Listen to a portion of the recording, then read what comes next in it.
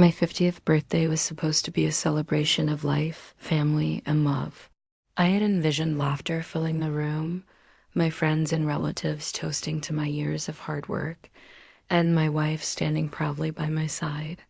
My three sons, who had grown into men I thought I knew so well, were supposed to be part of the joy. Instead, that night became a turning point in my life, a moment where truth and betrayal collided in a way I never imagined. The evening began as expected. Guests poured into the hall we rented, balloons and banners stretched across the room, and the music hummed softly in the background. My wife greeted everyone with her warm smile, the same one I had fallen for decades ago. My sons stood near the stage, whispering and checking their phones, as if coordinating something. I thought they were planning a simple slideshow of old photos, maybe a speech. I couldn't have been more wrong. Dinner was served, laughter echoed, and I felt a swell of pride. 50 years of life, surrounded by the people who mattered most. Then the lights dimmed slightly, and my eldest son took the microphone.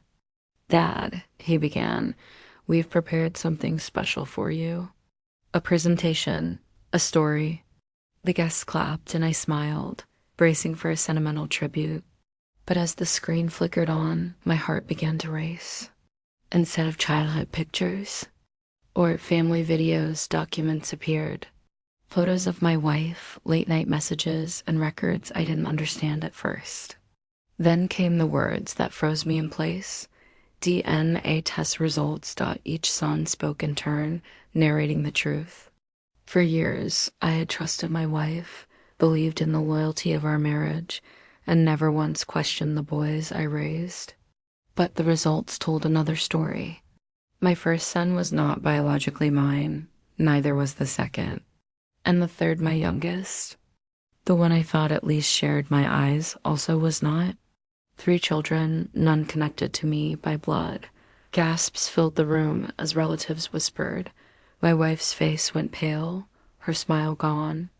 My sons revealed they had discovered the truth months ago, when one of them took a genetic test out of curiosity. That curiosity unraveled everything. They decided my birthday, the night meant to honor me, was the time to expose it all.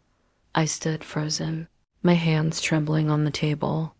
Every memory with my wife rushed through my mind, our wedding, the nights we planned our future, the moments she whispered promises of love. Were all of them lies?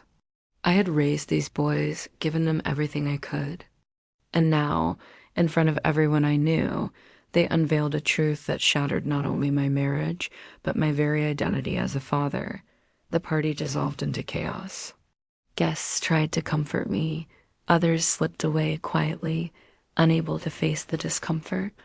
My wife begged for me to listen, to understand that biology didn't matter, that I was still the man who raised them. But the betrayal was too deep. She had stolen from me the right to know the truth, and she had built our entire family on secrets. That night, after everyone left, I sat alone in the empty hall. 50 years of life, and yet I felt like I was starting over. My sons had made their choice to expose the truth publicly. My wife had made her choice years ago, living a double life. Now it was my turn to choose. I decided I wouldn't live in the shadow of betrayal any longer. My marriage ended that week. My relationship with my sons became complicated. Though I wasn't their biological father, I had still been the man who raised them. But I could no longer ignore the pain of knowing my entire family history was built on deception. As I moved forward, I realized the truth can destroy, but it can also free you. My 50th birthday was supposed to be about celebration. Instead, it became the night I discovered the reality of my life. Painful as it was, it gave me clarity. Sometimes the greatest gift is the truth, even when it comes wrapped in heartbreak. And so, the man I was before that night died at 50.